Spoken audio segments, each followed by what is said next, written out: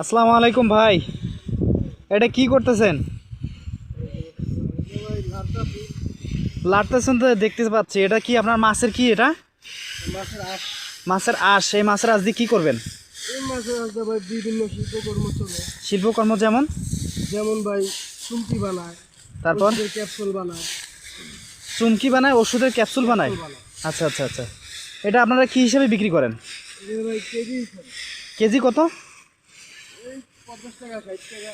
50 টাকা 60 টাকা। এই আপনারা এই আঁশগুলো কোথা থেকে সংগ্রহ করেন? এগুলো এই বাজার থেকে।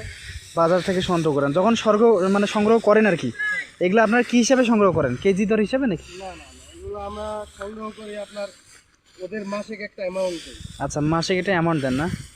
এতে আপনাদের ডেইলি সেল কীরকম থাকে? ডেইলি সেল দেন নাকি এটা কি হিসেবে সেল দেন? ডেইলি না, মাসে। আমরাও মাসে সেল দিই। মাসে সেল দেন। প্রফিট কীরকম আসে ভাই?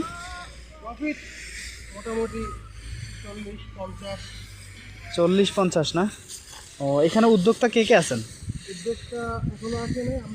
আমরা মূলত কাজ করি, হাজিরায় কাজ করি। হাজিরা কাজ করেন। আপনাদের কি এখানে আশেপাশে কোনো ফ্যাক্টরি আছে নাকি? আশেপাশে কোনো ফ্যাক্টরি নেই। ফ্যাক্টরি আছে আপনার এই যে তেরমোহনী ব্রিজের অপর পাশে। ও আচ্ছা, এখানে আর কি আপাতত এগুলো শুকাচ্ছেন না? যাক।